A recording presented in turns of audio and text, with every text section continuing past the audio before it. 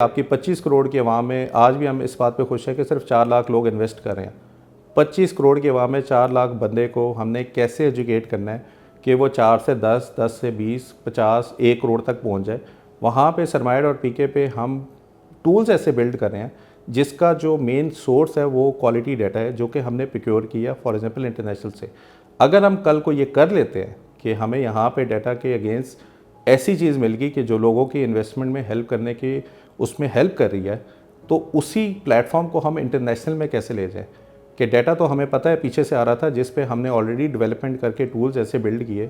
अब सिर्फ हमने पाइपलाइन में कंट्री का नाम चेंज करना है, कंपनी चेंज करनी है, गूगल का डाटा, फेसबुक का डाटा उसी तरीके से होकर आ रहा हो। यहाँ पे प्रोडक्ट बिल्ड करना मुश्किल है क्योंकि यहाँ पे फाइनेंस का लोगों को पता नहीं है, तो हम एक्सपेरिमेंट करें। जैसे मैंने एक टूल बनाया था ROI। अब ROI ने मुझे भी बहुत समझाया कि यार कैसे हो सकता है कि मारी पेट्रोलियम जैसी एक कंपनी, अगर आपने 20-22 साल पहले 1 लाख रुपया लगाया हो, आज 4.5 करोड़ रुपया बन गई है। और इस पूरे ड्यूरेशन के लिए एक इन्वेस्टर को क्या करना चाहिए था? उसको कुछ नहीं करना चाहिए था। मारी पेट्रोलियम में लाख रुपया डाले, छोड़ दे। अब अगर आप 2002 से लेकर आज तक के इवेंट्स देखें पाकिस्तान में, 2005 में मार्केट क्रैश हुई क्योंकि बबल हो चुकी थी, बहुत ज़्यादा इन्वेस्टर और बहुत ज़्यादा थी। 2008 में फाइनेंशियल क्राइसिस हुआ था, बेनज़ीर की डेथ हुई थी।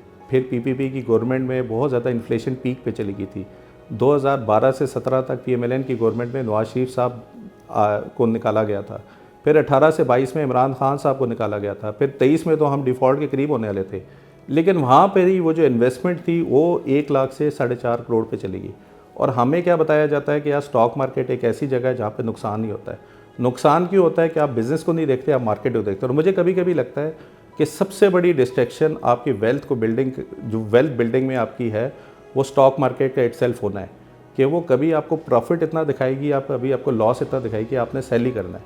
सो अगर आप इस नीयत से आएँ कि आपने एक अच्छी कंपनी के लॉन्ग टर्म शेयर होल्डर बनना है और उसके प्रॉफिट में आपका जितना कंपनी ग्रो करेगी उतनी आपकी वेल्थ बढ़ेगी, और उसको ऑब्जेक्टिव बेस कर लें कि मेरे बच्चे अगर छोटे हैं तो मे बी मारी पेट्रोलियम आज अगर मैं इन्वेस्ट करूँगा, सो 10 साल बाद मैंने अपने बच्चों की एजुकेशन इस पर्टिकुलर फंड से करनी है।